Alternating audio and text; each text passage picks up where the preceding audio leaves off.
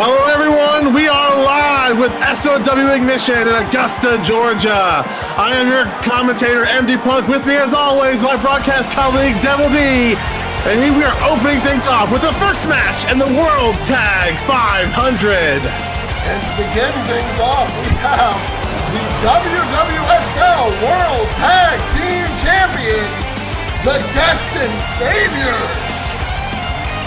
Together for the first time in SOW. Yes, fresh off making their first actual appearance in the final circuit Battle Royale this past Saturday at Straightaway. And their opponents are two guys who are hungry for their first win as a team here in SOW, looking to take down JEPW's top tag team. Yes, the Wild Monsters currently unable to secure that first victory, whether on Ignition or even on High Gear. And you know these two guys are frustrated because they feel like they found their niche in SOW by two singles guys who have a lot of chemistry as a tag team, but I would almost argue have been unlucky more than they've been bad. Yeah, no, I mean, part of the problem is they keep facing off against extremely strong, well-established tag teams. Like tonight. Like tonight, yeah, this is another huge test for them. Tonight's rules are different than the standard cut play rules.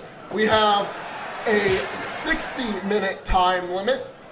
15 minutes must elapse before cut play can begin. However, once that time elapses, each team will have 6 total attempts for cut play. So this is a huge change from our standard tag team rules, and that's simply because Carrie Alice wants to make sure that there can be, a definitive winner, so we have the 60-minute time limit instead of the 45, and then the cut play just simply a case of, if you are truly a good enough team to beat your opponents within 15 minutes, then that's just how the results will shake out. Exactly. Now, I don't think we've seen a tag match end in 15 minutes before. The shortest tag match here in SOW, as far as I can remember, was 16 minutes. So yes, it would be a new record, for sure. Absolutely. So I guess tell us a little more about the Destined Saviors, because the Battle Royale was a little chaotic at times, so a lot of these JEPW guys didn't really get the background breakdown that they deserve to get. Well, the Destined Saviors have been a tag team in JEPW for quite some time. They've been working together pretty much since they joined this company. Each one came from a separate indie scene. And, I mean, ever since appearing in JEPW, they have been near, if not at, the top of the division. They are, I believe, 3-time WWSL World Tag Team Champions, and of course the current Tag Team Champions. And each one individually has also held the WWSL World Heavyweight Championship. That's a special kind of team right there, that you can succeed both in the tag division and in the heavyweight division. And that's not all either. They've also both held the junior title. So they've succeeded in pretty much every division they've been in JEPW. But now can that success translate here to SOW? And I don't mean this as a discredit to the talents in JEPW, but our divisions, especially our tag division, is pretty ruthless. Well, yeah, if you ever get in the ring, although they're not able to compete in this tournament, but if you ever get in the ring with Sendudarlo, you're in for a hell of a ride for sure. 5-minute call, 10 minutes before cut play begins.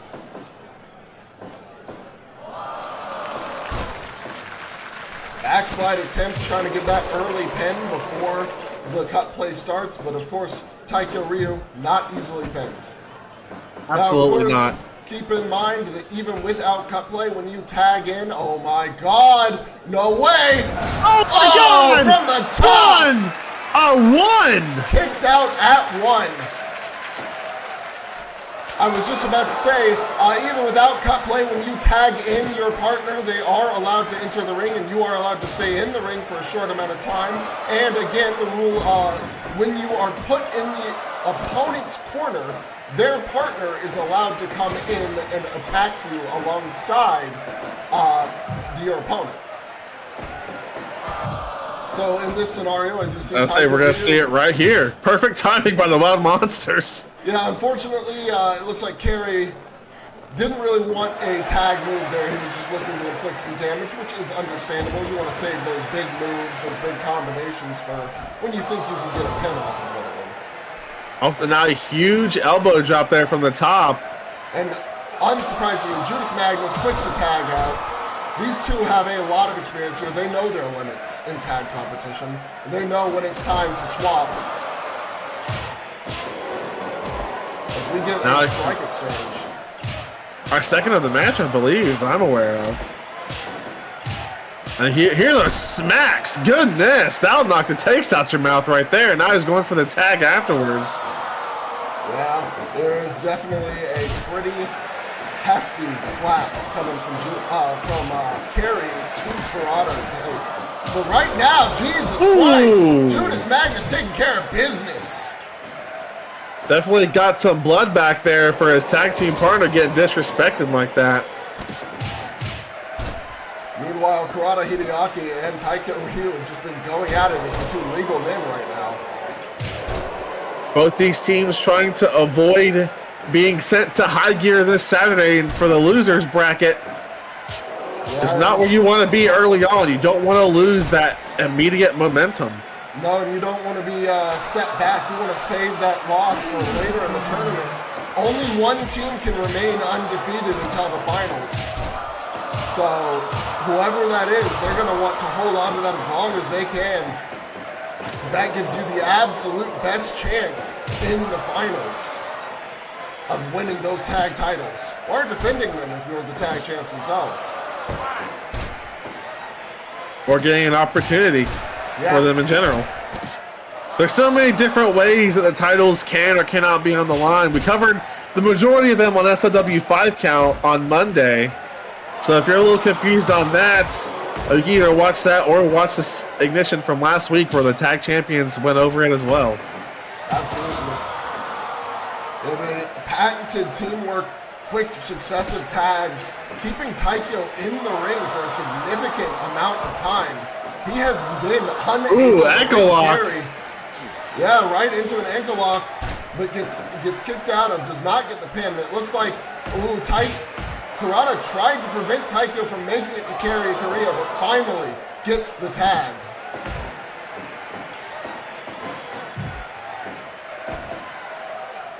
Does not, nice counter with some punches in the back of the head, knocking Kurata down. I thought for a moment there, Kerry was about to be receiving some punishment as well. Keep in mind, the cut play still has not yet begun. We are close, I believe, but...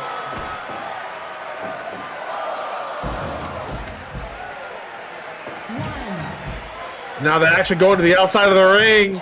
Oh my goodness, it's rare to see Kerry manhandled like that. Kurata Hideaki showing off. Also serving as a big distraction here, keeping him on the outside. Yeah. Oh my God.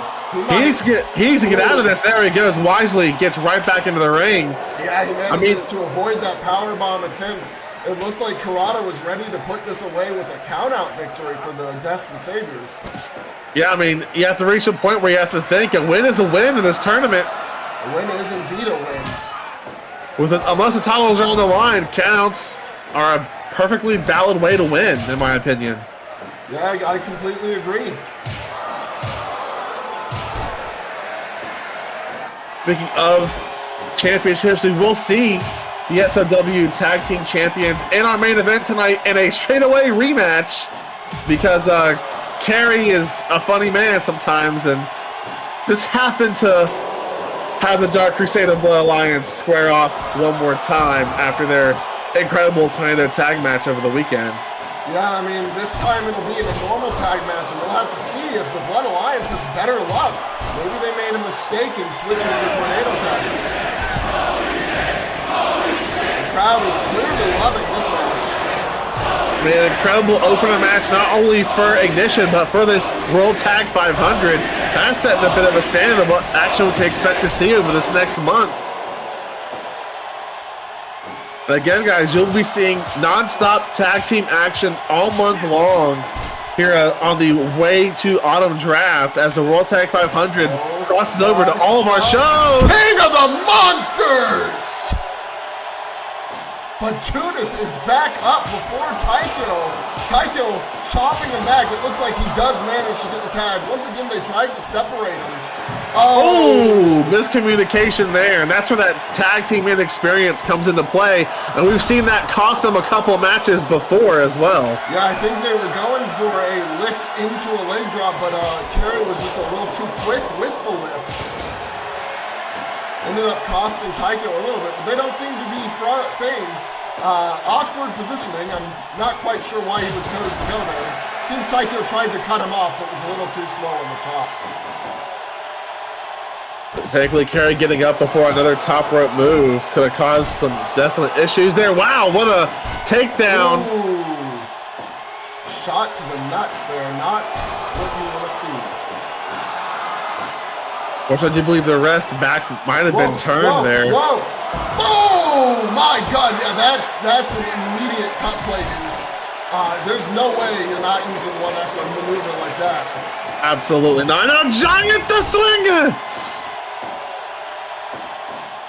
Oh. Interesting to note that Judas Magnus did not actually interfere to break that up, choosing to save their first cut play for later on. Yeah. Oh my God!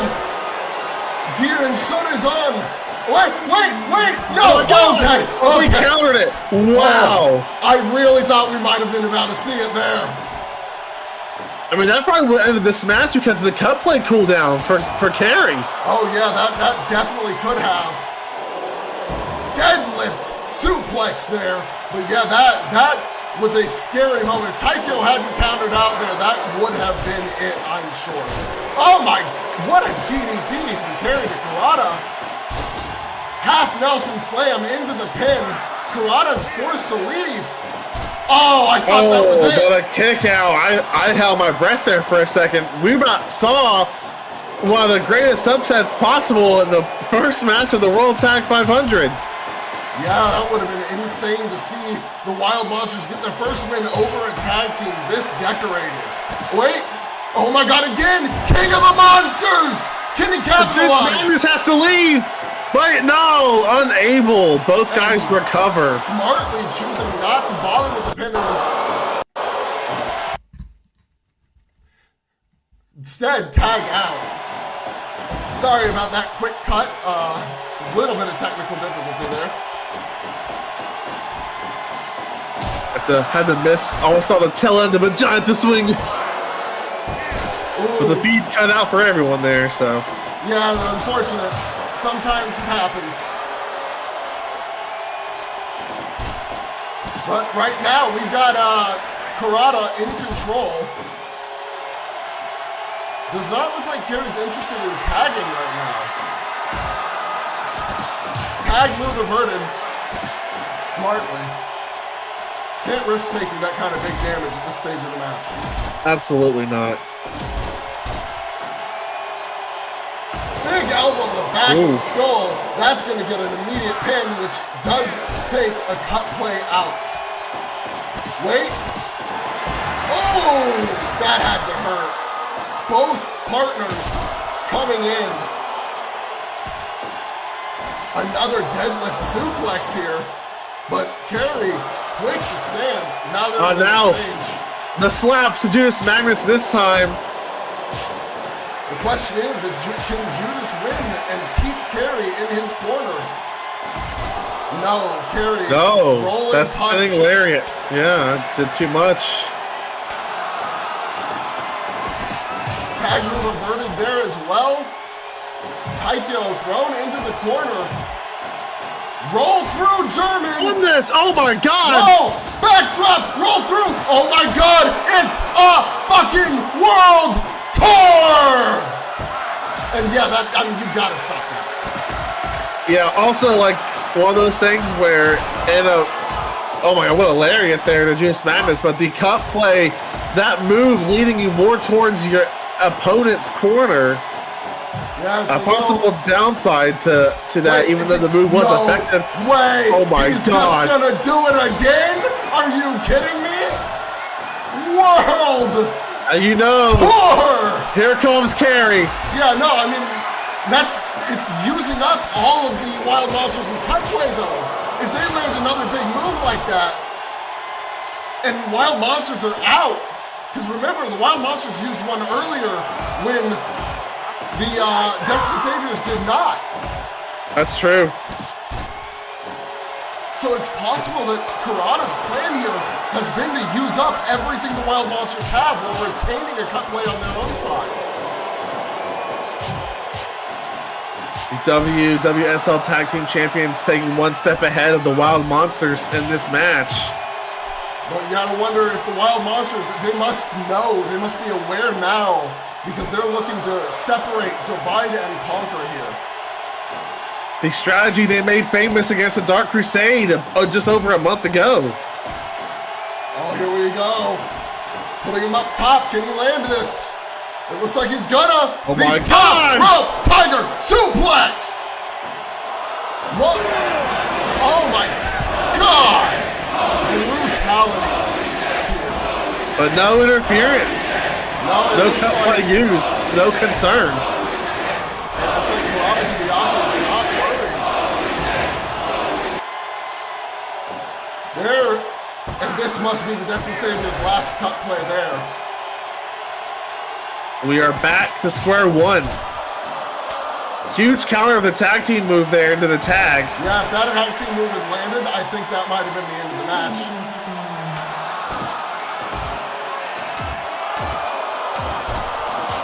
Taikyo Ryu. Oh my God, the top. Here. Top rope leg drop, but gets countered. I think who wins this exchange could easily come out on top in this match. It's very possible. Wow, what a sequence! He takes it. Could this be it? No. Blocks that punch. Wait, here we go again! Third time's the charm, King of the Monsters, but he has to capitalize. Pull him out of the ropes, pin him. Oh, he's doing it. What? Oh my God, giant swing! swing! What a strategy here. I don't know. I would have gone for the pin. He's I would calling have for as well. Kamikaze!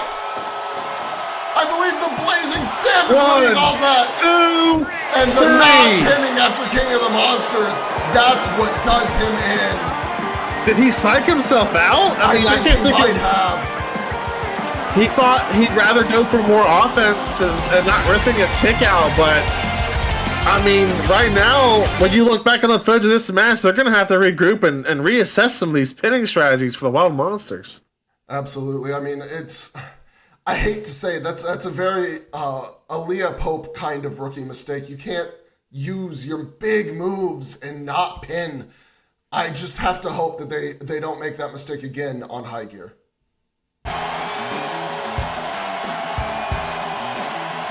Whose music is this? I don't know. Who is this? I watch a lot of wrestling. I can't say I know who this is. I'm seeing Kevin Daniels. Who the hell is Kevin Daniels? I genuinely have no clue. Wait a minute. I know who Kevin Daniels is. He's okay. So this is not a JEPW thing as far as I know. They may have worked with him in the past, but Kevin Daniels is. I mean, Snide is a good name for him. I saw that on this card. He's kind of a dick. I think that's the nicest way I can say it. Does he have connections to the Terminator, who is also making his way to the ring? Well, he is a manager. I know that much. And we know that the Terminator has a manager. Oh. What the? This is Trent's music. Is he? Now. Okay, he's here. What is he doing? What is this whole group doing here? I mean, this is an assortment of guys that I wouldn't necessarily would imagine would be ever spotted together at all. Yeah, no, not even a fucking twinkle in my eye predicting these three guys together. I mean, first off, I didn't even know Kevin Daniels was around until now, and I already started with this.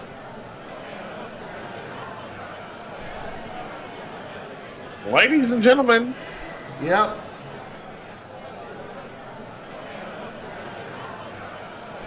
Newest associate. Are they forming an alliance? I mean, it seemed like Trent and Elijah were for a while, but... It did.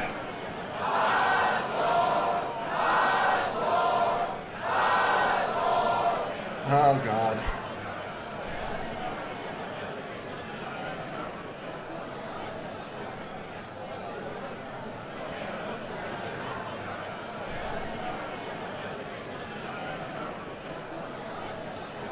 They ain't so. Not Trent Taylor. Yeah, no, I mean... if anybody in this roster is that fucked up, it's gonna be him.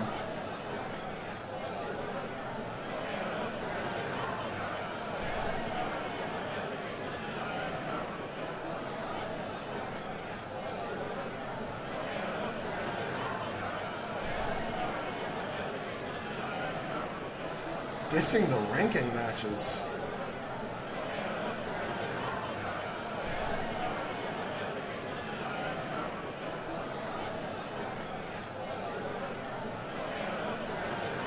I mean, that was true. No, yeah, I mean, we saw that.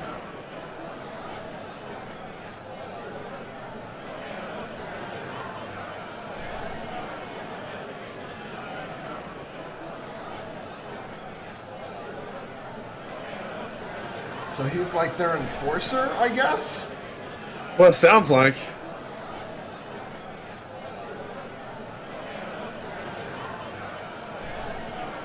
No. What? No, there's just no goddamn way.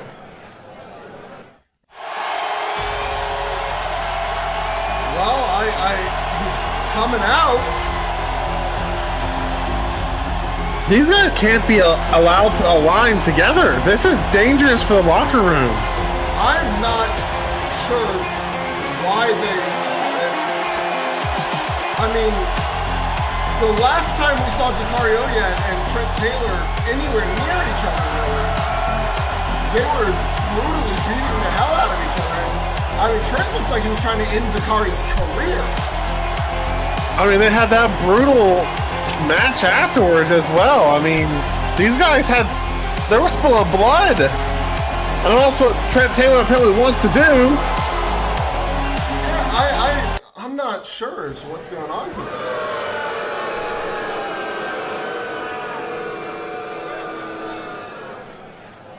Huh, I get it. Yeah, me too.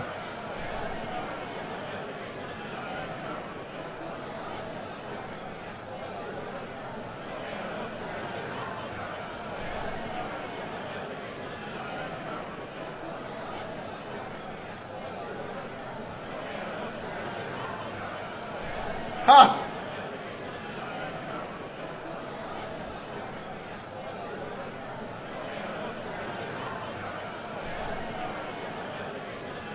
Maybe are these guys actually aligned? I'm not sure. This is interesting.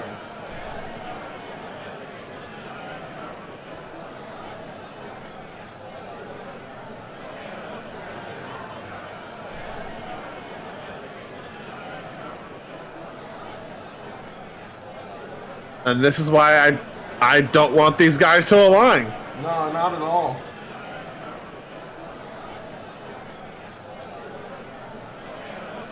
Oh. We might end up seeing a brawl here.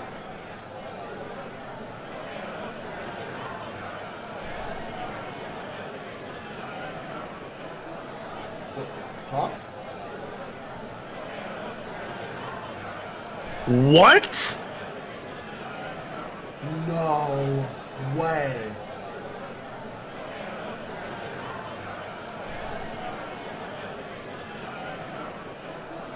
You have got to be kidding me. That is absolutely terrifying. Oh.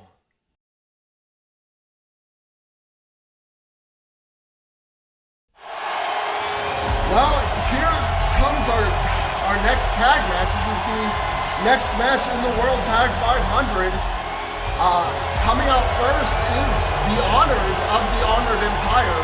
I'm still a little out of it after seeing Dakari Oya and Elijah Lee are teaming up. I think what surprises me the most is that they're going to be competing tonight in the World Tag 500 against the Slipstream, which includes the winner of the Final Circuit Battle Royal. I mean, Kerry Alice, I hope he knows what he's doing by allowing these two guys to align and enter this tournament. Yeah, I do too, because I know we needed one more tag team, but I'm sure we could have found one. It didn't require Elijah Lee and Dakari Oya to align with Trent Taylor, and then I'm the fucking smug bitch, Kevin Owens. Well, shifting our focus to the match at hand, here come a team that, dare I say it, dominated the Dark Crusade last week and the Open Challenge. I mean, damn near, yeah. I don't know if the Dark Crusade was ready and any respect for what they ended up getting out of these two. But right now, it is currently JEPW Teams 1, SOW Teams 0 here in the World Tag 500. So, can't believe I'm saying this, but I'm team honored in this one. We need to get some of our home guys into the next round. Yeah, absolutely. I mean, I know Kerry set up the tournament so there would be no more than one JEPW team to make it to the finals, if any. But man, I don't know. I feel like I'd much rather see the Honored move forward here. And you know who else probably thinks the same thing? Our national heavyweight champion, Castor Langton, who's definitely watching this match very closely. The Honored are not in his good graces right now. No, I mean, I have been told that, Jesus, the power of Alexei to lift Osaya like that. I've been told that he is a little frustrated in general, that while he is managing his success, the Honored have not even been able to go crash from down under! What? Yeah, again, they are just here to win and kill as soon as possible. And remember, cut play doesn't start for 15 minutes. The Honored are going to have to survive these two's aggressive style for quite some time if they want to make it out of this. Again, that won't be the only bit of aggressiveness they'll have to deal with. If they make SOW history by having this quickest loss in a tag team match, I won't be shocked if they have to face Castor themselves. I mean, as it stands, I think what I was saying before that happened was Castor has been quite frustrated, not necessarily that they're losing, but that they haven't even managed to get a title shot. He hasn't spoken to me personally, so I'm only hearing this secondhand. But of course, supposedly, he doesn't talk to any of us. Right. Supposedly his biggest frustration and only real frustration is that they aren't representing him properly by getting to the title scene. Instead, they've been floundering over and over, getting one win, then one loss. I don't know if I can argue against that. I mean, that's factually what's been happening. So yeah, pretty much. It's they've got to step it up in his eyes. He doesn't mind that they don't win the titles. Like he said, nobody's perfect, but he wants them to get a shot if they're going to be part of his empire. absolutely, and I mean, of course, I'm a big Castor Langton fan, so. Alexei Zakar, I gotta say, is going for pins often and early. He's clearly under the mindset of, I need to end this in 15. Which, again, very wise. Absolutely. Against a team like the Outbacks especially, who are used to long matches and going the distance, but can also wrestle a quick style, as we've seen on High Gear. They're pretty much perfectly attuned for this kind of competition. Oh yeah. Not to say though anything against the Honored themselves. They have won in the past the WWSL Tag Team Championships. Granted, they only held them for 63 days, but you know, they still have held them. Listen, it counts. It counts for sure.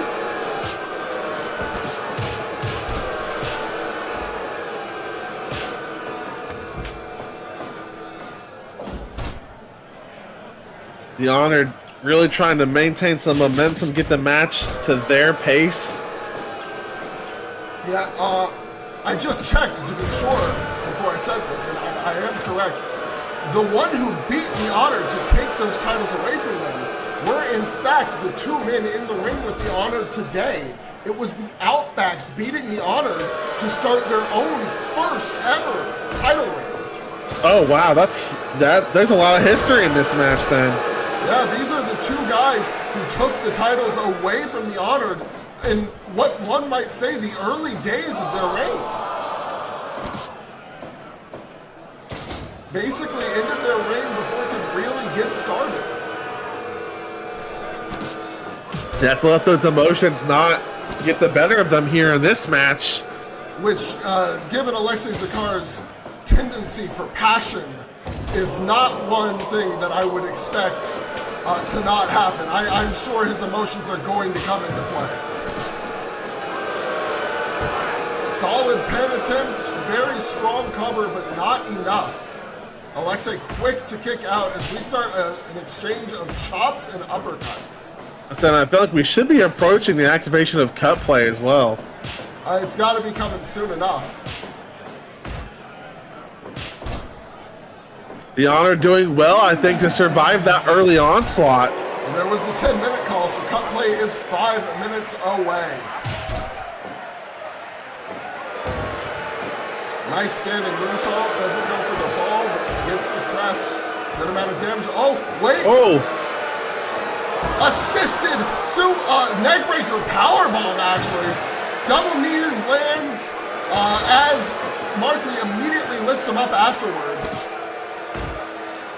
I mean, had they been able to maintain that momentum, I would have went for a cover there. Again, cut play still a few moments away, so... Yeah, could have got it in the early fall.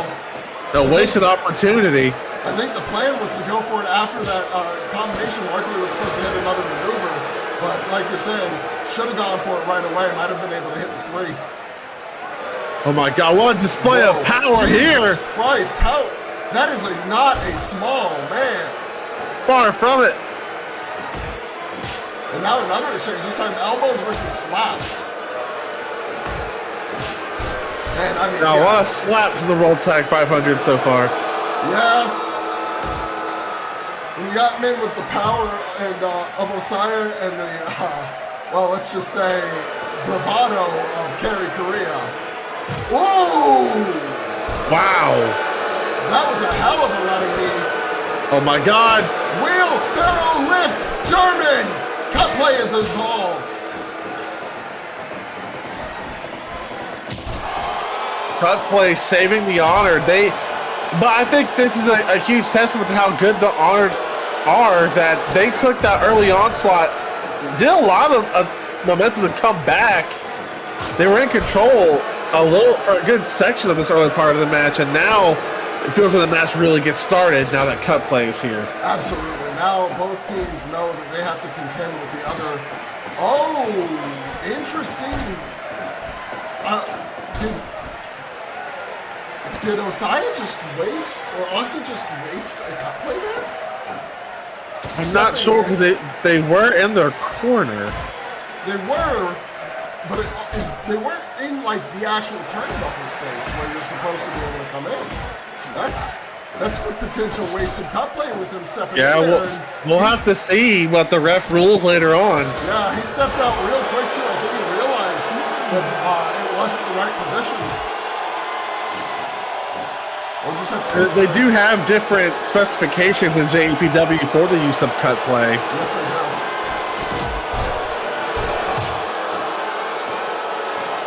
Oh my God. Powerbomb! Oh my God. Powerbomb! Again! Powerbomb!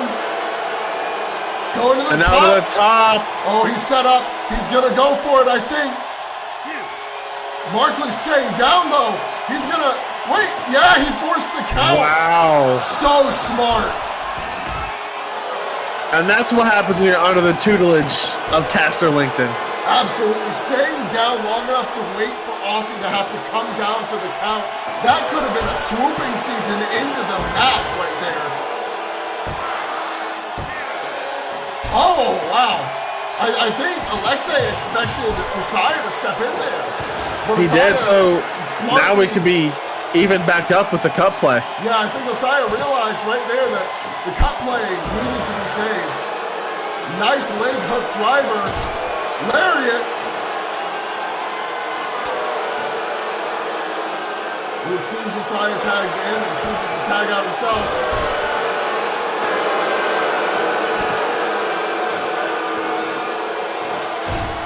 Senton there onto Osaya. Don't know if that was really going to do a lot of damage. There's a lot of pillowing there. Not a whole lot of weight. You could say that. You could say that. Yeah, not a whole... Oh, my God! Yeah, he's already feeling himself after that. I would be. Figure four. Once again, cut play. Wait a minute. Did Aussie choose not to step in again, or are they somehow out? They are next level confident. Oh God. Powerbomb! Powerbomb! Powerbomb! Moonsault!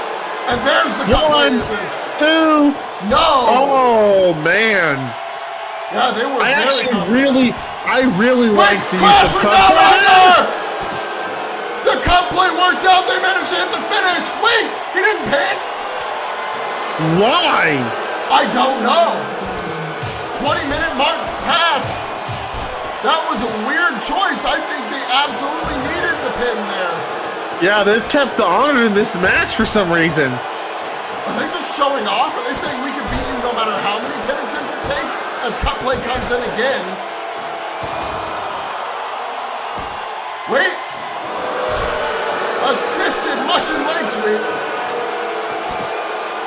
Oh, swinging neck breaker. Manages to get back into the game there with that one. Strong lariat into the cover. Kick out. Cut play can't save you right now. I'm still trying to wrap my head around what we just saw. Yeah, I don't get the not pinning after crashing down under. I'm not sure what was going through their minds there. I mean, they easily could have prevented the tag breakup as well. I mean, that's head scratching for sure. We'll see if that comes back to bite them. I would be shocked to see the Outbacks go to high gear, but that mistake could cost them. Oh, yeah, it could. I mean, they are used to wrestling on high gear, but I don't know if they're really wanting to do it in this capacity. This is a big tournament. Oh, the uppercut again! Into the figure four! And cut play must be used up. Gotta be. There's no interfering now. The best team will literally win. Oh, I think we know what's coming here. Torpedo Moscow! Cover! Deep! Oh, the deep! 1, 2! Oh, no! So close! That's gotta be frustrating. And now a tag to boot. Thrown to the outside. He's gonna have to get in the ring though. Oh, Saya just throws him in. Says, get in there. We're winning this the normal way. Also said, okay. nah, never mind. Or is he setting up? Oh, I think he's setting up a dive. Yes, he is. Yes, he is. Boom, look at the air. Chop. Chop. Kick to the head. Alexei smartly rolling back in. Does not want to lose the shot that way. Does not want to get taken out to the second bracket so quickly. Double DDT. I thought we were going to go for it again there for a second. I did too, but it looks like they, I don't know, this could be the end, the beginning of the end. Markley up top. He's waiting. Osaya's up. Missile dropkick to the back. Armbar! He taps! The Iron moves forward! Wow, that mistake. Whoa, wait a minute. Whoa! Sending a message says, screw you for costing us those titles so long ago. He's not done. Ladies, we're going to have to cut out of this. Oh my God, brutality in the ring. Damien Oxley's not going to like this. All right, well, it's not quite time for a death game since we're not having a match tonight. But Aaron Payne, following his unfortunately not successful title opportunity at Straightaway, is coming out here to have a word with the SOW faithful. Yes, I heard he asked for this time to address his future now that he is no longer undefeated as well. I mean, the last undefeated male competitor aside from newcomers, of course. Yeah, not counting the people. But he was favored by a lot of people to win that championship, and he came just short. So I'll be curious to see what's next for him. Me too.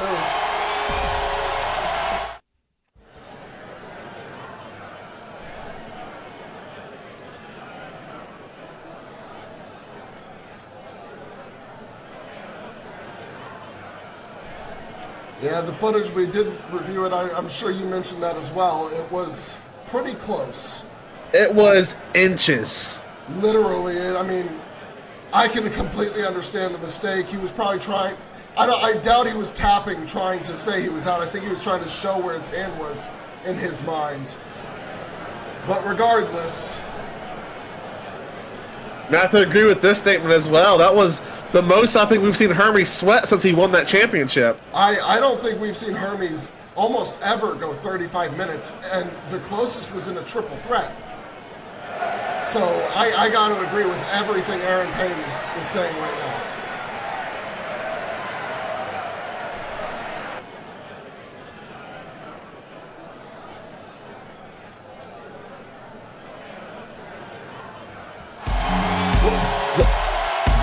Now what the hell is he coming out here for? Well, I mean, I'm sure he'll be happy to tell us. I mean, it sounded to me like Aaron was about to challenge Caster Linkton.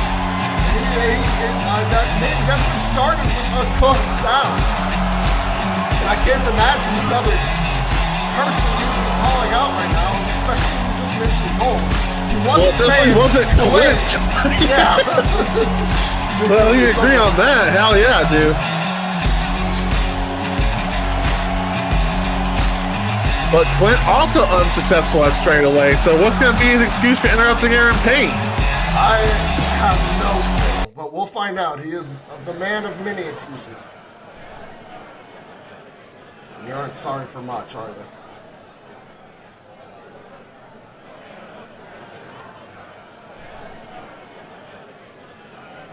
I mean, he is he not? I'm pretty sure he is still at the top of the rankings, yes. At least for now. That's also very true.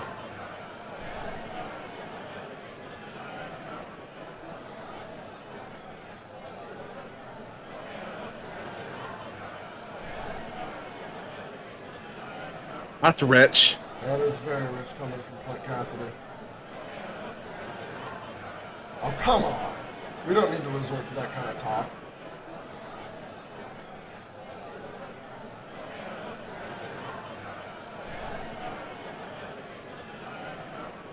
What?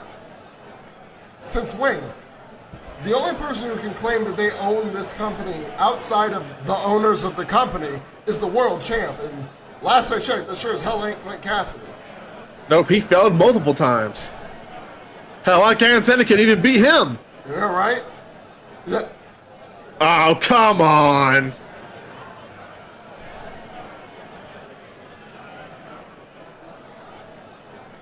Is that really where we're going? Yeah, you know what? I'm down for that. Yeah, a little fight. Let's get a ref.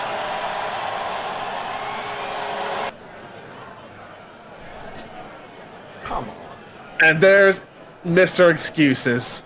As always.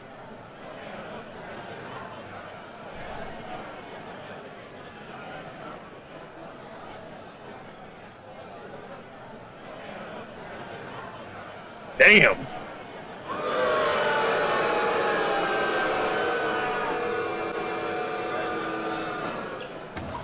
Oh, wow, he's walking away. Typical. Yeah, I mean, that's what I would expect. But Aaron, quick to get into business.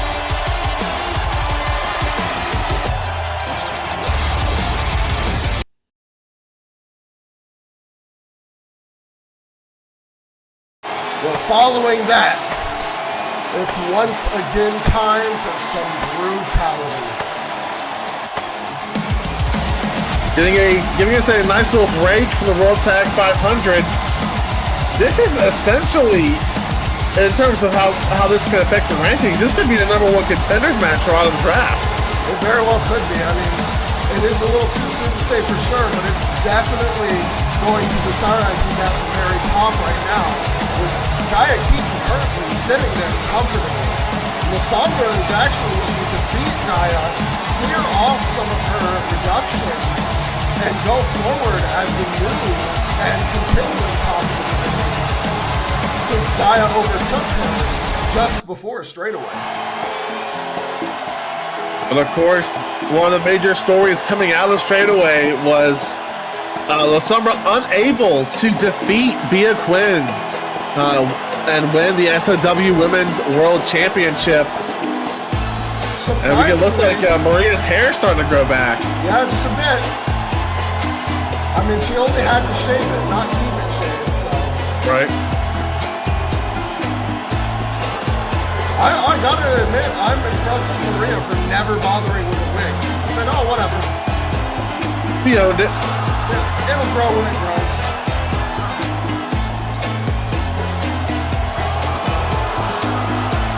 But interesting to see this alliance. I mean, still having to continue because of the terms of the contract, but a lot of people think that Maria cost Sombra the world title. Oh my God, right away! Daya Keaton wastes no time. So quick to hit those shoulder breakers. Sombra is no stranger to aggression either, though. So this is not going to be as straightforward of a match as before for Daya, where she's up against somebody who takes punishment. Sombra knows how to dish it out. This is true. Of course, Daya also coming off a huge victory at Straightaway, defeating Nishi Kazumi. And what had to be one of Nishi's most impressive performances here in SOW overall. I mean, I feel like she pulled out almost every trick she had. It just ended up not being enough. And I mean, Daya kicking out of the Stellar Polaris and then trying to use the same maneuver, but eventually resorting to her own lariat to get the pin. The same lariat she beat Nishi with the first time.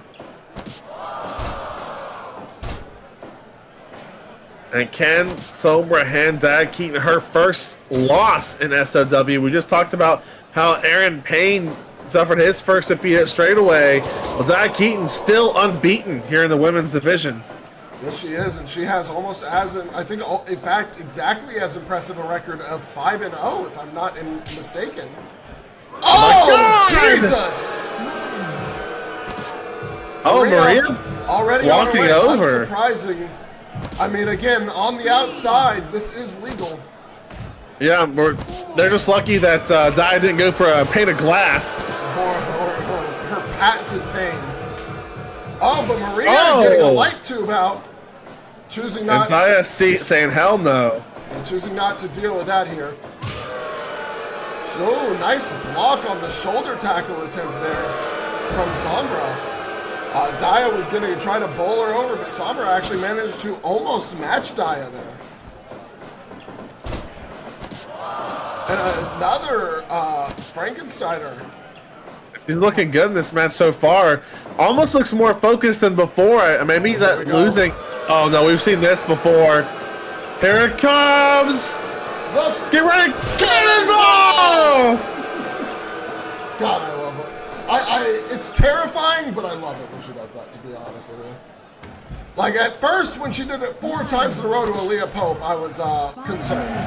But now every time I see it, it just feels like we're getting the show started. Right now, Maria once again getting involved. Oh, and Daya saying, all right. Oh! Hitting her in the stomach area with a Is Wooden Maria? board? Yeah, Daya's gonna have to get back in this ring. Will she let her? She tried to stop Wow. her. Daya barely made it back in. That could have been a terrifying first loss. And Sombra was just letting it happen. That's not her usual style. I would have feared for Sombra's safety. Oh, me too. I mean, that would have been an immediate rematch for sure. Sometime probably soon. I think High Gear is already booked out for episode 4, but that could have come up next week on Ignition, absolutely. Stomp to the gut, up top. Oh, to the top. Big Oh! girl, senton. And that was a big way to, no pun intended, try and get some momentum back after almost losing via count out. Yeah, and I mean, Sombra quick to take back control herself. But Daya is not one as we... Oh, she went for it. Sombra was smart. Sombra was wise to the tactic. We saw a bit of that from Nishi as well.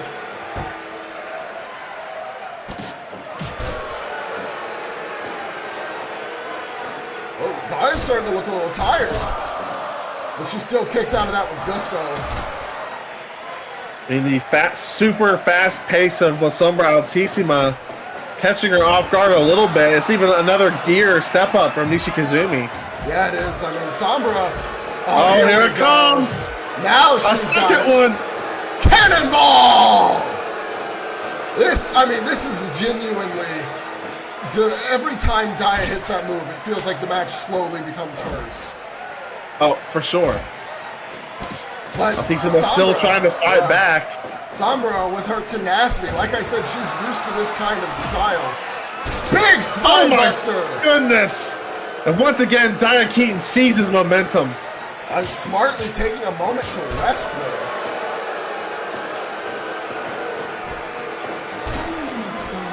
Well, that's the 10-minute call. This is a 30-minute matchup like most of our ranking matches are. It'll be the only 30-minute match tonight, as all the World Tag 500 matches on Ignition will be 60 minutes. Will become the World Tag Team Champions, compete in the World Tag 500 in tonight's main event. You don't want to miss this. Also upcoming, the debut of Last Will after their formation earlier tonight. Lots of great stuff still to come on this episode of Ignition. Absolutely. She got her in that arm bar.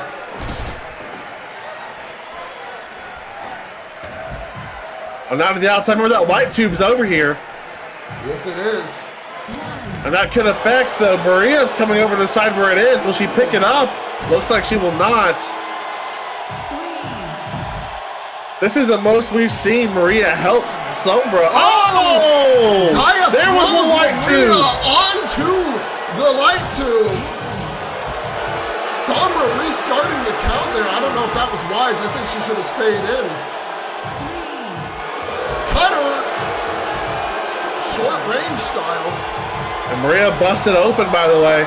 Yeah, that was from the light tube that Daya threw her down on. Daya back in the ring. Sombra weirdly leading the ring and grabbing a light tube. Sombra is going to... That is a mistake. That's a mistake that she could regret. Yes, it is. Daya definitely will keep her eye on that light tube for sure. But Sombra outpowering Queen Chaos there. I think the interference from the powerful Maria Ramirez taking its toll. Fake out into a roll-up there. An attempt at what I imagine was a Northern Light suplex countered by a headlock. Oh, the lariat! Out of nowhere, the cover, 1, 2. No! Oh, it didn't get the win. That's. And Daya looks almost unfazed. Oh no, I think she's pissed.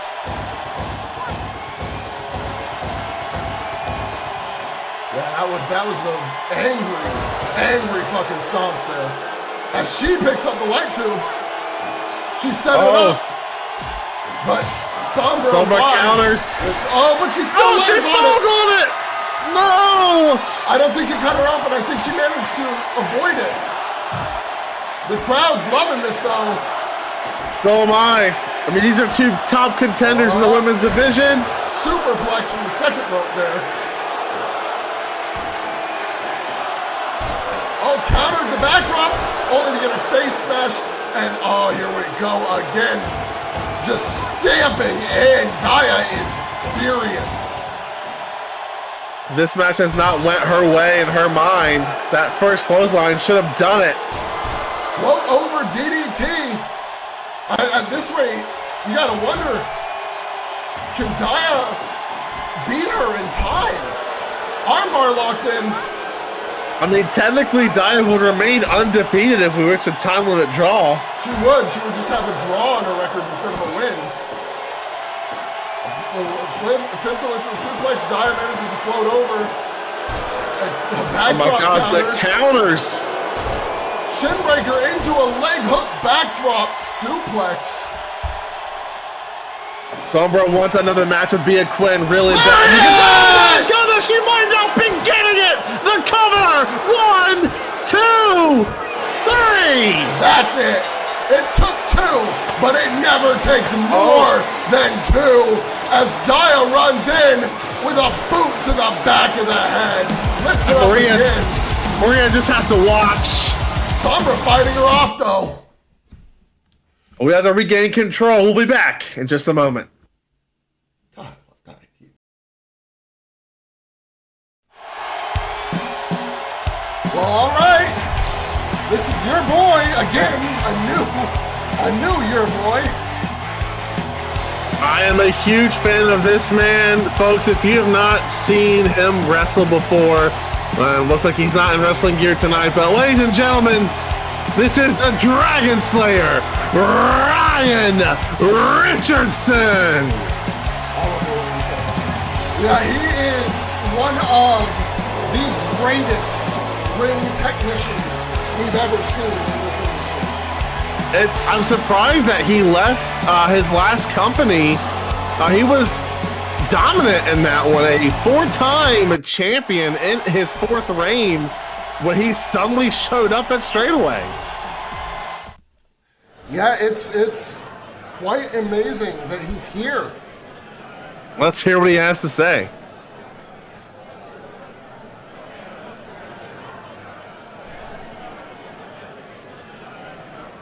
Making the first official congratulations. I believe earlier you would say that Aaron Payne had showed some respect to his opponent, but not necessarily a full congratulations to the man that defeated him. Yes, I would agree. Interesting. Oh, now that is a match I would love to see. Book it right now, non-title. Let's go. Someone call Carrie. Hey, write this down. Yeah, no, I completely share your enthusiasm for that one. Title, no title, doesn't matter. I would love to see the two of them go at it. Yeah, no, he's just speaking the truth right now. I was kind of thinking Hermes was going to come out here. I was not expecting to hear FTL's music. Me either. Interesting that he would interfere in a promo here, not dressed to compete. I mean, obviously Ryan Richardson isn't quite dressed either, but he's at least in jeans and a shirt. Fighting those. That's a suit. It's a nice looking suit. I guess it's just a night for coming out to talk shit for some of our wrestlers here at SOW. Yeah, I mean, we'll just have to see what he has to say.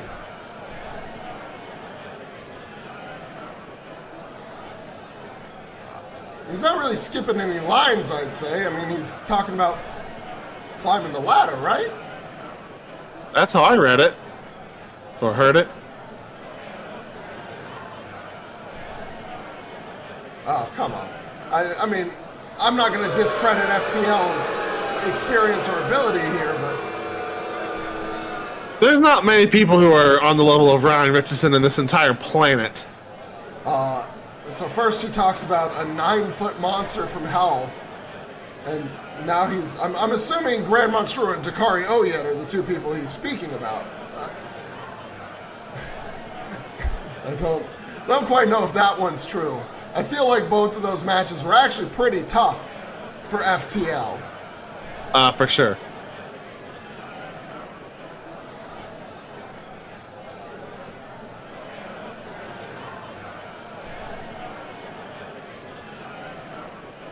Oh, another challenge being thrown down tonight. It seems like tonight is the night for gauntlets.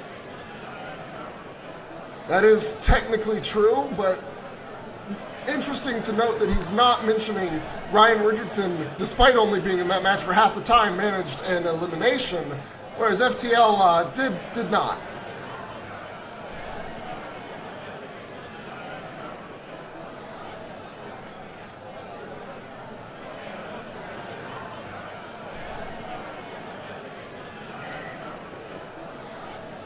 Why would you wear a Vicuna suit to the wrestling ring? That's a interesting flex. As a kid say word flex, but okay. Yeah. I mean, effectively, 3 wins. That's just telling him to do what he was already saying he was going to do. Either way, I mean, it sounds like we might have a match set for Autumn Draft between FTL and Ryan Richardson. That's going to be fun. Well, after that, I mean, I wouldn't necessarily call it a bombshell, but very interesting moment there. We now have our 3rd match tonight in the World Tag 500 as this team attempts to take their first victory since Ignition began here at SOW. Whoa, okay. I mean, it has been a minute since we saw Sage Fairs. He was not at Straightaway. Looks like he's grown out his hair and beard a bit. And meanwhile, Chikara's cut his hair. And they both changed up their gear a little. I mean, Chikara, the current challenger for the Royal Heavyweight Championship at Victory Lane, when he shocked the entire world, the same way that these two guys shocked us tonight. Yeah, I would almost call it a moment of the night, throwing Nagadomi Ali out, and then only 3 seconds later, Atomico right after, to claim that prize. Chikara may not have been in that match as long as Atomico, and nor did he get as many eliminations. He got the eliminations that mattered. And a lot of people upset that Atomico didn't get that victory after his insane singles performance lately, including that win in last week's main event on Ignition. But unfortunately, that's just not how these matches go. It's all about momentum and taking advantage of the opportunity that you have. Atomico just got too close to Chikara right after he had just eliminated a literal world champion. Yeah, I mean, it felt like he was right there as Nagadomi Ali was going out, and Chikara just threw him over too. For now, though, we're starting Dakari Oyed versus Seiji Fairs. And this is a size mismatch if I've ever seen one. Of course, I guess Seiji probably feeling some kind of way. I mean, he wasn't even in the final 20 circuit battle royal. And the last time we saw him, the live stream have been just very unsuccessful as of late. Yeah, the last time they were in a match in SOW at all as a tag team was High Gear Episode 2 in a losing effort against the Outbacks. A team that has kind of taken their place in the tag division since they left JEPW.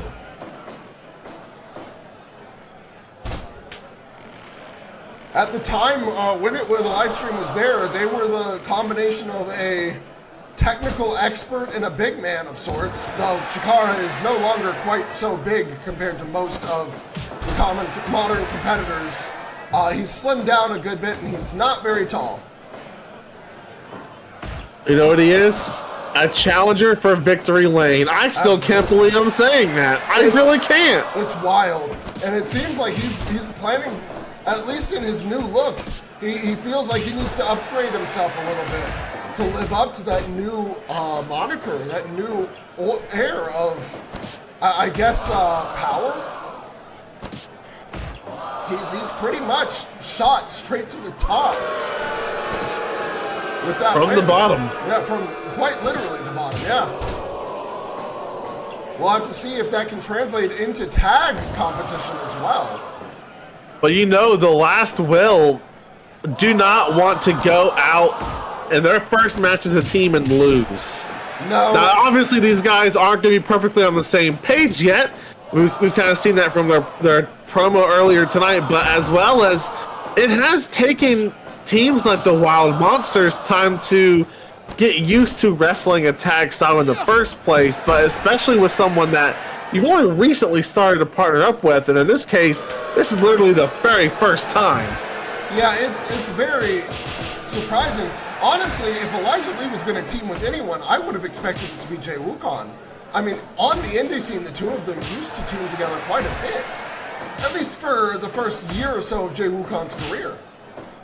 Yeah, looks like Jay Wukong choosing to currently go in a different direction, or maybe Elijah's chosen to go in a different direction. Yeah, it sure feels that way as Elijah's teaming up with a man who, I mean, we've seen what kind of devastation he can wreak already. Casual elbow drop into a hold. That's going to force a quick kick out. Seiji pretty much taking control here.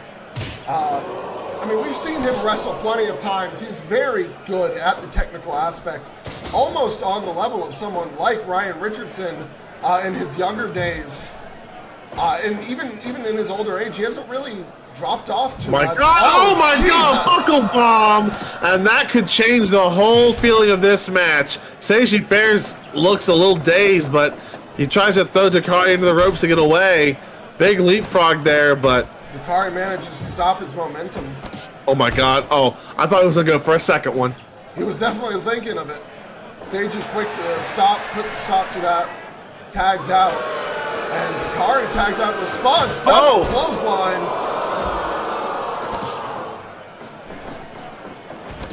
Oh, attempted another, but this time blocked.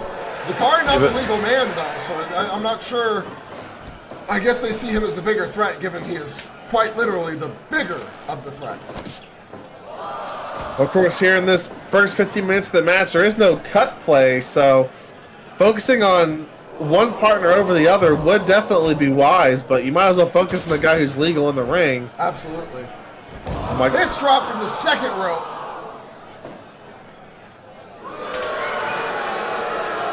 Here we go. Things gonna break down here real quick. Assistant powerbomb.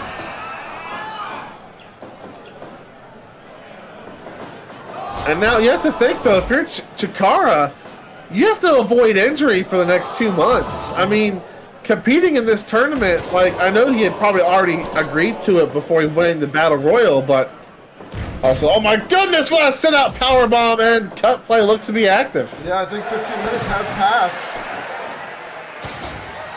Yeah, Chikara's got to avoid injury here. I mean, you don't, at this stage of his career, you're not going to get many more opportunities to main event a huge pay-per-view and challenge for the world title, so you've got to keep your health as a high priority. That's absolutely correct. However, I as I hear the 10-minute call, I think our ref has misunderstood the rules here. He might still be operating under the normal SOW rules right now, because cut play definitely should not be initiated at the moment. Well, this is one of our more inexperienced tag team refs. That would make sense. And Carrie Olway, I mean, we used him as a tag ref for pretty much since the start of SOW, but it wasn't necessarily his specialty. It's just something that we asked him to do because we needed one at the time. Usually, oh my goodness! Nice pop-up uppercut. Alan Stokely is usually our modern tag ref, but he needed to take a break from this match. So I guess maybe Carrie did not get the memo this time. God, we have so many carries in this. Carrie likes to surround himself with fellow carries. Jesus, double elbow drops. Seiji putting that elbow to good use. basically tearing apart Elijah. Almost said Suave. Very different wrestler. Also a very injured wrestler, speaking of wrestlers' health. That's why he was on my mind, because you had mentioned that earlier.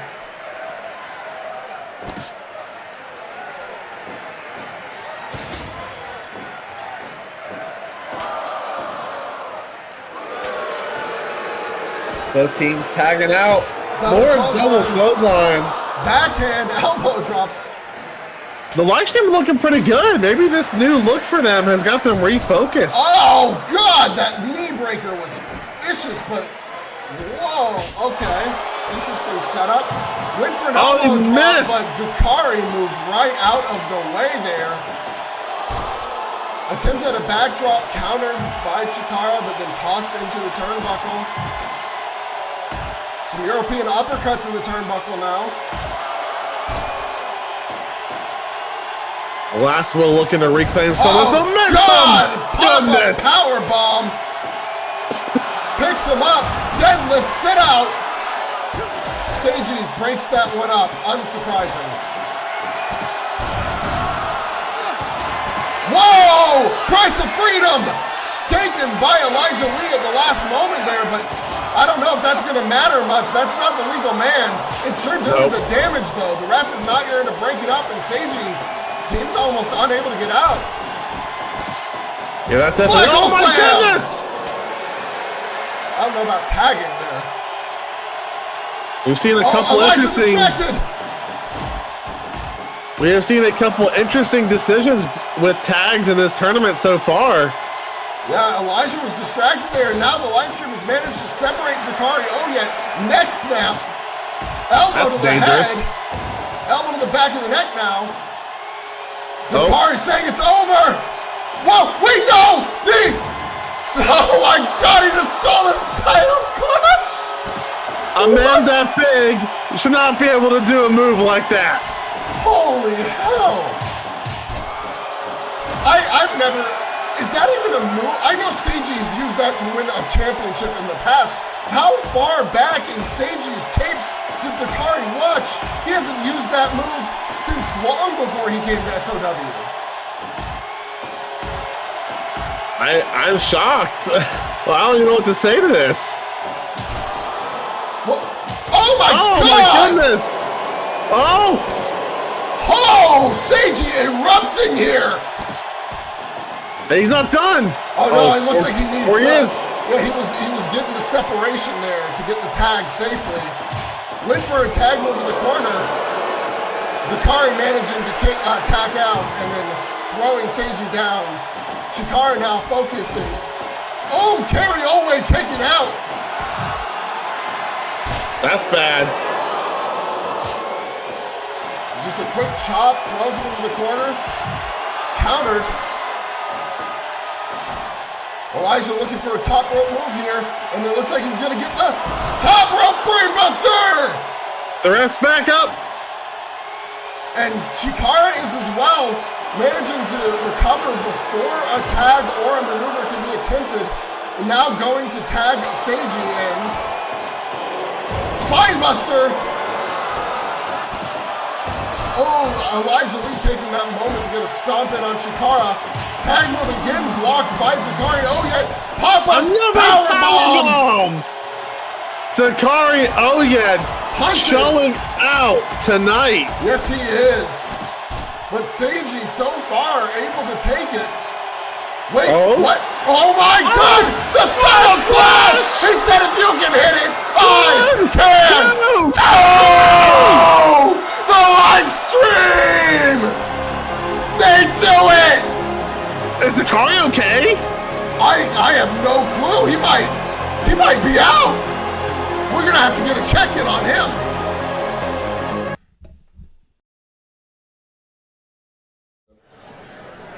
All right. Well, Dakari has been taken away. He was able to walk under his own power, but he had a bit of assistance from Elijah Lee, and Kevin Daniels also came out to bring him out. But it seems Chikara has something to say to us. Well, one of them was not technically in SOW, but I get what he's saying. I get the point, yeah. A wall that they've finally managed to break through. Mm-hmm.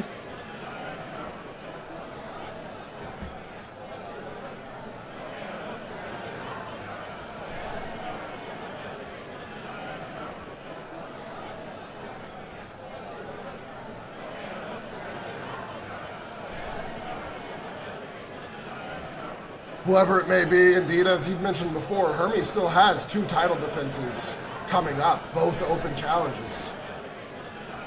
Episode 15 and episode 20 both happened before Victory Lane. Yep, assuming he also doesn't defend an autumn draft, because I mean we're so far out, someone could challenge him and he could accept it. Absolutely. He's mentioning the JEPW, Adam, of beating the champion gives you a title shot. Is he claiming that throwing out Nagatomi Ali has, or I guess saying he believes that he deserves a shot after doing that? I don't know if I agree with that. It's interesting. I mean, I guess when you've been this long, it's been this long since you've gotten the chance, you're gonna reach for whatever you can. Is he here? Oh my God, I've been told he is indeed here. Oh my God. There's those violins. And I see the man himself. It's the Red Dragon! Nagatomi Ali! He is, of course, the WWSL World Heavyweight Champion! And he is here tonight again. The prohibited gate is wide open.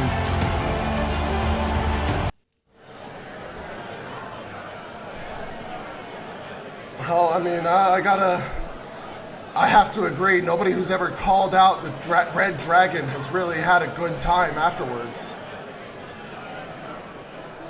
One more fan booking from me here, but you know, we have the Red Dragon over here from JEPW, but we also just signed the Dragon Slayer.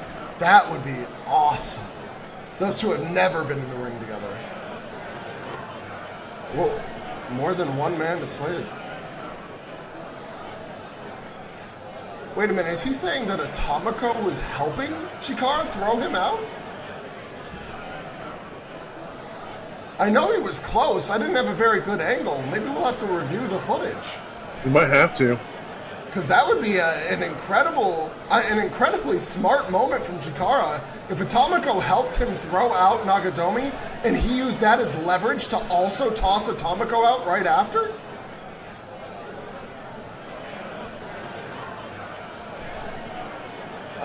In the meantime, Nagatomi is actually making a good point here.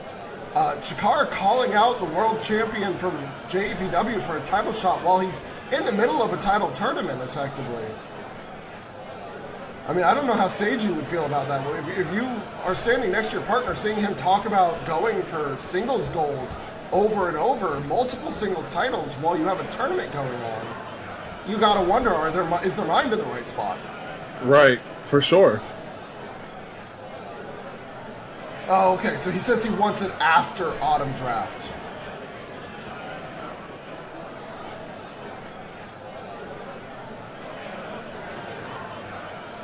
Well, thankfully tonight, they did manage to score a win, but Nagatomi still pointing out their past mistakes and shortcomings. Bold statement there. A triple champion? Yeah, that would be. Whew. I mean, if Chikara can continue alongside Seiji to succeed in this tournament, we might actually see Chikara challenge for 2 world titles. Well, so due to their placement in the brackets, they do come out first, but this isn't a title match, so that's not really a problem. Yeah, no, this is fine. But here we go. This is tonight's main event. And it is scheduled for one fall. The World Tag 500 technically top bracket match. It is your SOW World Tag Team Champions, Lucilius, Byron Mitchell, Draconis, Tony Lee, the Dark Crusade. They are on a generational run here in SOW. They have not lost in over 2.5 months. Actually, is it over 3 months? I think it That's is. close. Yeah, I think it must be actually, or at least very close. On the flip side, a team that has been a constant surprise to us suffered an unfortunate loss on Straightaway last Saturday. Looking to redeem themselves here by knocking the champs to the second bracket in round 1. And they would shock the world on a night where I'm not sure how much more shocked the world can be shocked. I mean, we've seen the Honor take down the Outbacks. We've seen the debut of the Destined Saviors and Wild Monsters take them to task, barely losing that match after 32 minutes of contention. We've seen the Slipstream gain their first victory. The full-on SOW debut with speaking role of Nakatomi Ali. The formation of a new faction. I mean, Jesus Christ. I feel like I could go on. We also have the promo debut of Ryan Richardson. And apparently a potential match with FTL. And also a potential match between Aaron Payne and Clint Cassidy. What an episode of Ignition! So much is happening tonight. What? I mean, and think about this. I mean, this night has been so crazy. And we're ending it with this huge pay-per-view rematch main event. But neither world champion was here tonight. No. Bia Quinn didn't come in entirely by choice. Hermes Rhapsodies simply wasn't scheduled. I'm sure he would have been here if he was given the choice. And shockingly, one other champion not here tonight, Castor Leakton. Well, Castor was here. He just did not. He was here to watch the honors match, but he did not show up. That's true. He is. I have heard he is in the back, but yeah, he chose not to come out. I was expecting a victory speech, honestly, having finally put away El Rey de Guerra in his own mind. Maybe he wasn't satisfied, even though he did everything he said he was going to do. I mean, to not be, maybe the bleed. Oh, you know what? It could be that Ray made him bleed. He doesn't like to bleed. He's going to wait till that's fully healed before he comes back out. Probably. One. Oh, I think Byron was looking for an opportunity to attack Kickass on the outside, and Kickass was quick to slip back in the ring, avoiding any of that potential outside of the ring damage. The area out there is not very. It is padded, but it's still not very nice compared to the ring. Whoa! Hold up. But the is that blood in the ring? It looks like it. Is Kickass bleeding? Dude, the mask? That's nuts. What happened when he went outside? Maybe he landed badly. He must have. But, you know, the Blood Alliance here, trying to avoid a losing streak that could be kickstarted by the tag team champions. What would a victory here just mean? Of course, it would get them an eliminator match based on the rules of, no, they'd have to get double eliminated, right? Yeah, so it would be the team that takes them out of the tournament. Meaning that it's a team from the lower bracket. If the Dark Crusade is taken out of the tournament, there'll be a team from the lower bracket that gets that shot. That being said, if the Blood Alliance do knock them out of... Oh my god, that was a huge power slam to the outside. Yes, it was. But if the Bloodlines win here, they could probably campaign for an eliminator match of their own. Also, it's definitely kick-ass bleeding. Oh yeah, no, and Byron is only making it worse with those punches to the side of the head. Look at that. I mean, he is known. You can actually see the blood soaking through the mask there. That could cause him some issues with vision here as this match goes on. Yeah, I mean, that almost makes the mask a complete backfire. Normally, he wears it as a symbol of not feeling pain, and I mean, he's showing it pretty well for how much blood he's already losing. Oh, yeah. Jesus, the elbow in the back of the head there.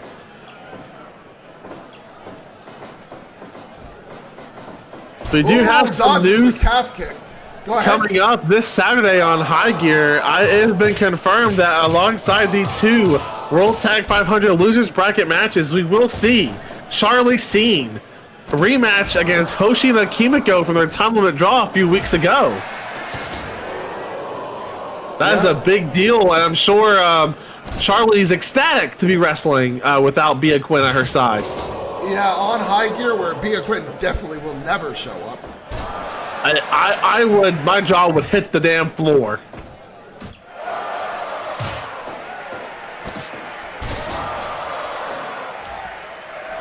Yeah, I'm sure Charlie's just very happy to be wrestling on High Gear at all, honestly. That's her favorite show. I mean, is it your favorite show as well? I mean... Oh, yeah, absolutely. I love High Gear. The high octane matches on High Gear genuinely are incredibly fun to watch. Even though we don't get to do commentary there, it's still a great time. Also, oh my god, the double suplex to the outside. But not to the legal man as Tony returns to his corner around the ring.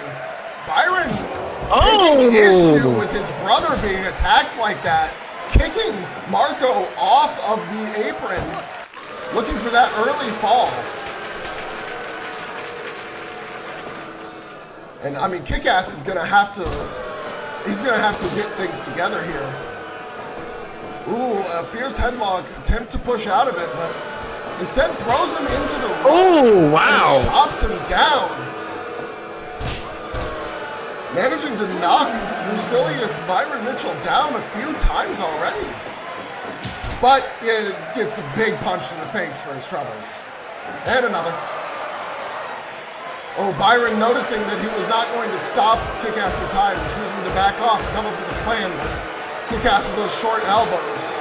You know, speaking of troubles, that reminds me, one thing that we haven't talked too much about is a return of a member of the House of Trouble. ZC Woods returned to Straightaway. You think Moment for Life might not be that far behind? I mean, absolutely. Woods definitely came in as number 20 in that match, looking for a quick way to get himself back into the world title scene, but unfortunately was thrown out before he could get the opportunity. Oh, kicks down through the knee, and then gives Tony the chance there. He saw Tony running and chose to move out of the way.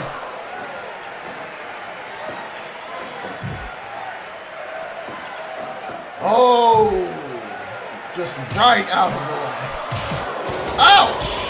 Yeah, man. Every time I see Marco kick somebody out of the ring like that, or punch somebody out of the ring like that, it just throws me for a loop how strong this man is. How hard those strikes hit. I also always worry about the health of the person taking the move. We've already seen one injury tonight, which we're not expecting to get an update on Dakari. Oh yeah, tonight I have been told that he's been taken to a local hospital for further evaluation, which is not a good sign after being hurt after taking a Styles Splash. Yeah, roll through on that German suplex. We've seen the German suplex, the deadlift German, be a good victory maneuver for Kick-Ass a few times now. And it almost got to 3, but unfortunately it almost doesn't count for much here. Oh my God, the double half Nelson! Could this be it? No, he picks him up. Another interesting decision by the tag teams here tonight. Yeah, and I mean, Kick-Ass managing to reverse the momentum there. Now throwing Byron into their corner, but he manages to kick them back, blocking that attempt at a middle kick. Oh, these short elbows again.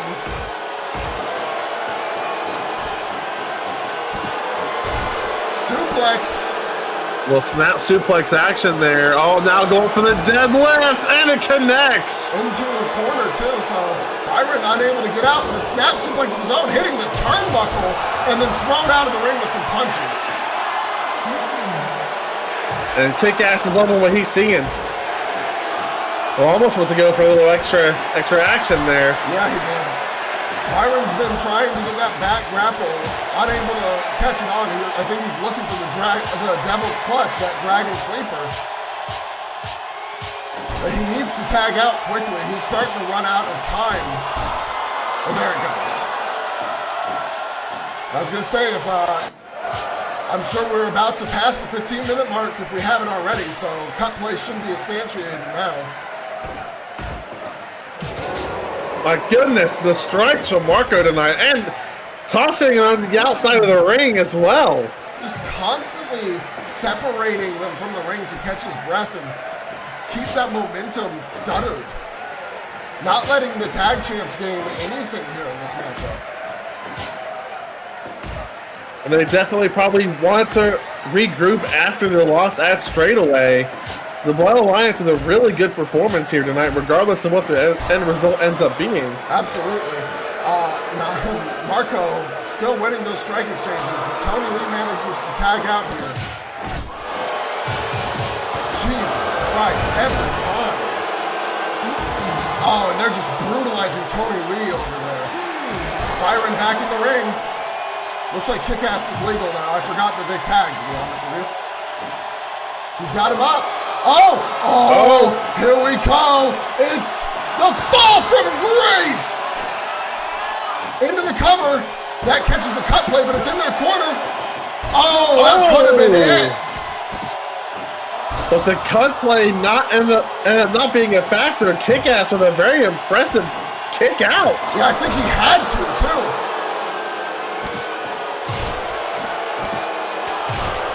These huge slaps. Whoa, nice clutch.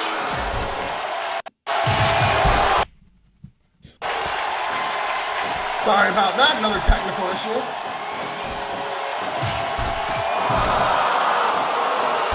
Sometimes these live video feeds give us problems. Jesus.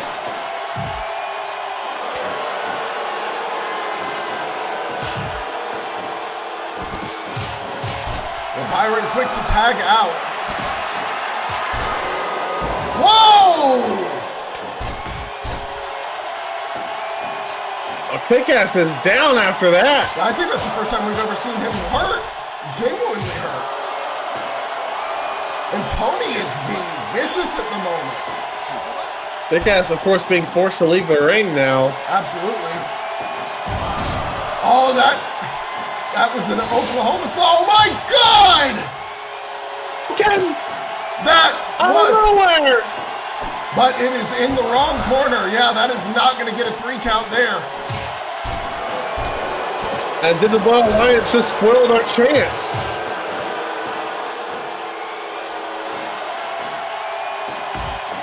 These elbow strikes into the cover. This has ended multiple matches before. And it dings him again.